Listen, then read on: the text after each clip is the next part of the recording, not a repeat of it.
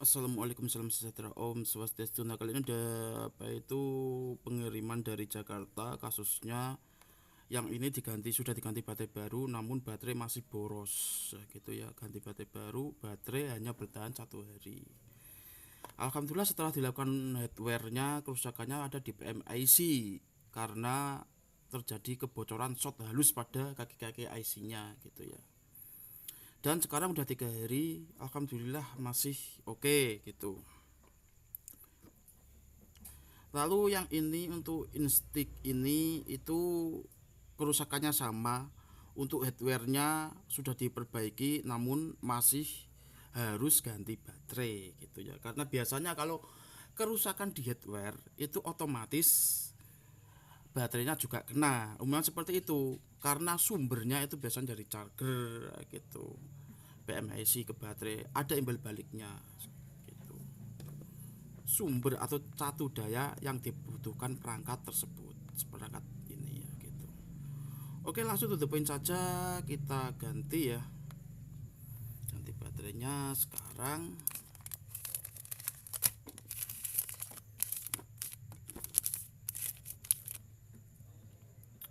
Kita matikan dulu.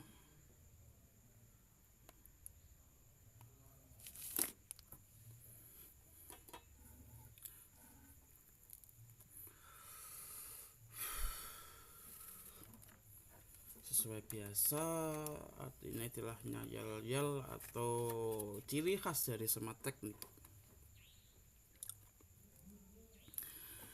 Ilahil firdausi ahlan wala aqwa anaril jahimi fahab li taubatan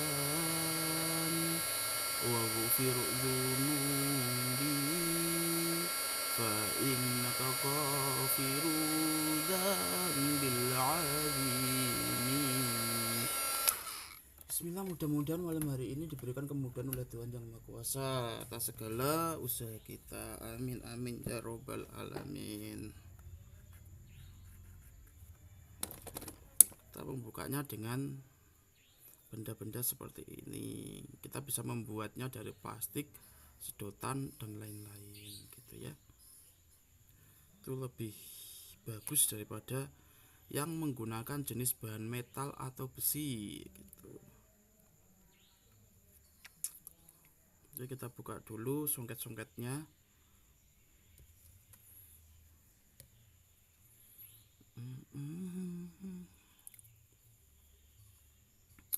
Kita harus waspada terhadap ini ya, komponen sekitar gitu. Waspada terhadap komponen sekitar ini itu saat menyongkel itu bisa terkena dan retak gitu. Kita pelajari dulu songketnya, mana yang harus dibuka terlebih dahulu gitu. Oke, yang ini udah, berarti kita bisa melepas dari sini ya, gitu, karena posisinya ini di sini tuh lebih aman dari kapasitor maupun IC di sebelahnya. Oke, kita cari dulu posisi yang enak biar nggak mengenai IC ya. Oke, seperti ini teman-teman. Ini untuk hardware-nya udah diperbaiki, tinggal penggantian catu dayanya gitu. Catu daya ini ada kode-kodenya dan arusnya hanya bisa diketahui oleh teknisi yang mampu gitu ya. Beda catu daya, beda juga masuknya ke dalam komponen ini gitu. Yang paling dibutuhkan perangkat itu beda tipe, bisa juga bisa jadi beda catu daya yang dibutuhkan gitu. Tapi rata-ratanya kalau satu brand itu sama, tapi ada juga yang nggak sama gitu ya. Oke, kita ambil dulu. kita perbaiki dulu, buka dulu bautnya.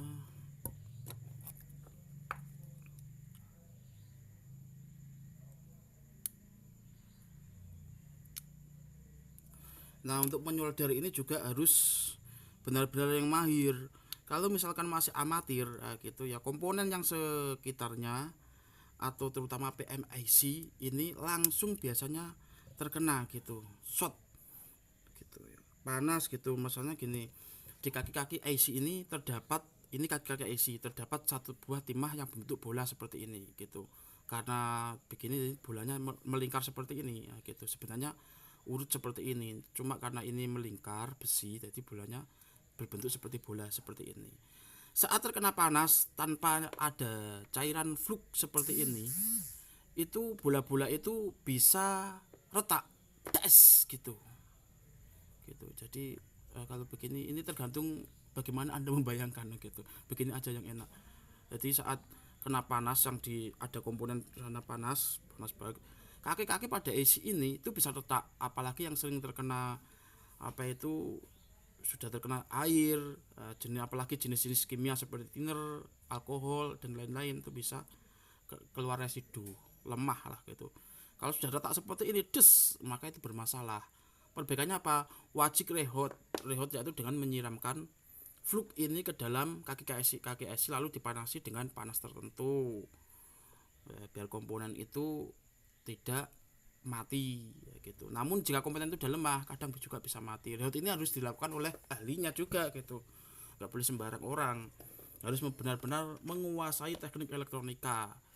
Kalau rehot masih nggak bisa gitu ya, berarti wajib rebol gitu.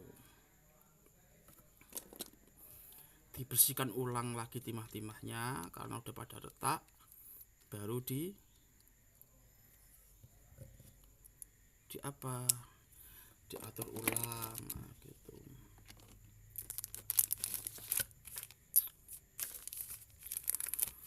Oke, kita akan lepas dulu ini ya.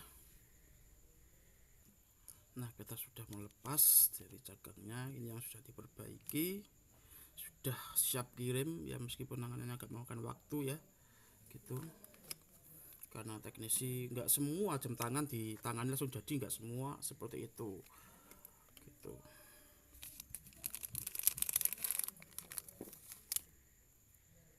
Kita lepas dulu timahnya ini.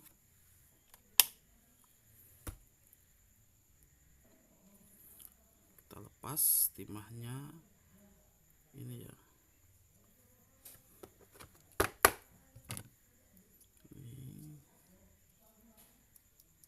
Ini baterainya udah jelek, kita buang karena itu mengandung racun gitu ya.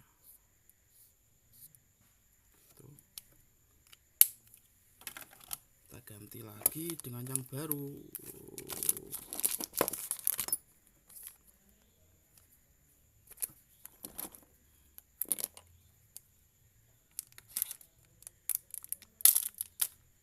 Seperti ini ya.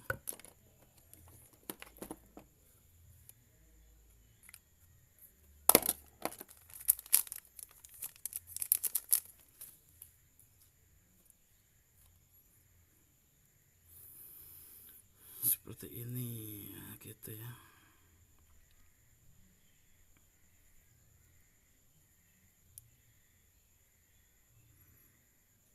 Oke, kita nanti potong, kita lepas dulu timahnya. Oke, udah kita lepas ya ini timahnya ya. Udah kita lepas, sekarang kita pasang ke baterai baru gitu. Kita pasangkan baterai yang baru.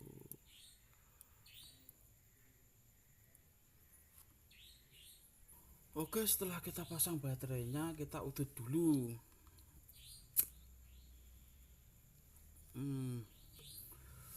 Sambil udut sambil kerja gitu guys. Kita atur posisinya ya guys, gini aja, nggak usah. Lalu kita pasang ulang gitu ya. Udah kuat gitu, kita lingkar putar-putar. datar seperti ini juga gak masalah ya, yang penting nggak panjang gitu ya. Udah kuat solderannya. Mana tadi jamnya? Oh, aku lupa di sana gitu ya.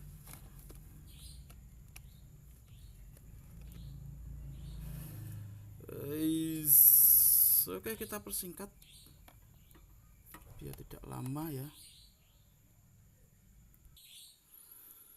Alhamdulillah, kita coba nyalakan. Oke, kita cek and reset dulu ya.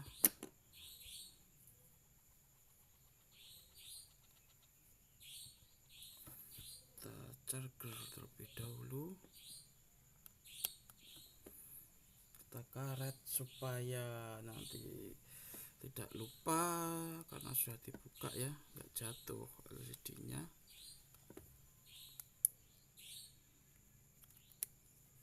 Seperti ini ya.